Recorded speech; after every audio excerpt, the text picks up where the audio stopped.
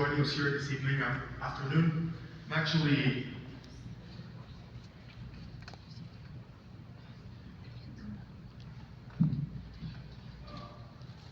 We are honored to have you here. Many of us have seen your face in the documentary, many of us have read your book, but it's really an incredible opportunity to be able to see you live and to hear your voice. And let me be the first one to thank you for everything you've done for Israel and for the nation.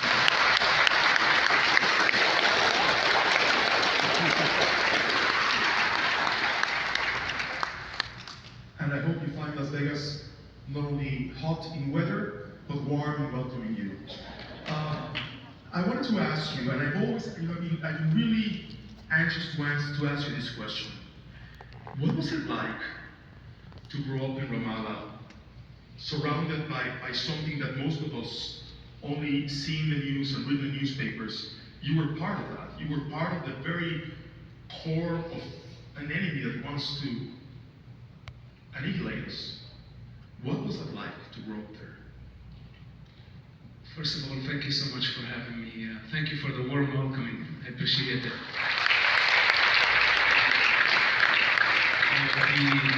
The desert is my natural place. How was it like to grow up in Ramallah? I try as much as I can not to speak bad about the people of Ramallah or the people of Gaza, because people think that I hate what's so-called Palestinians, not realizing that my mother is there. How can I hate my mother even though she does not speak to me? Even my father, who took the cover and said, "You can kill him," some 14 years ago. I cannot hate him for what he did. It's just a matter of principle. As someone who grew up in that culture, and I transcended so many barriers to come to this place.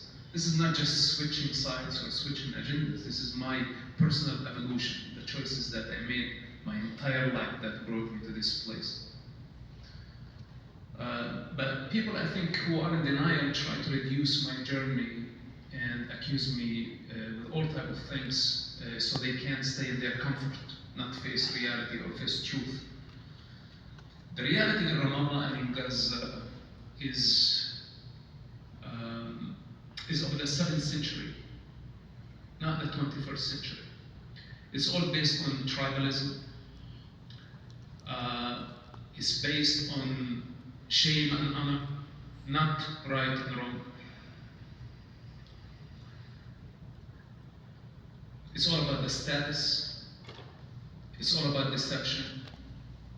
Canceling the rights of women, which immediately canceling 50% of the society. What is a society without women? So then there is a sexual repression. The sexual repression is leading to all type of crimes. Rape is the least to say of that. Child abuse is the least to say of that. But most importantly, violence. It's a very violent culture. It's a death culture. And I personally experienced so much trauma as a child and witnessed child abuse, not only in indoctrination by the Muslim Brotherhood and by the Palestinian ideology, but also many children suffer from rape, from sexual abuse, from beating, and domestic violence. So, if this is acceptable by that culture, by that society, and they don't work anything towards helping the people integrate, so what are we expecting from such a society? When we saw them storming October 7th, that was not coincidental. Also, we saw the people celebrating the death, the corpses, the rape, and they still celebrate and enjoy inflicting pain on the other.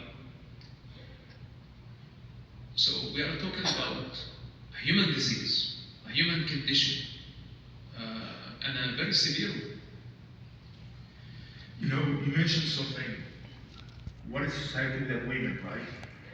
when you see what's happening in the United States in the college campuses, and you see the students protesting, and the LGBTQ community rising up against Israel and siding with Hamas, what goes through your mind when you see this?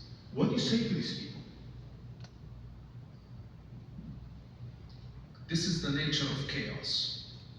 They want intifada. Intifada literally means chaos. In fact, Palestine means chaos. And this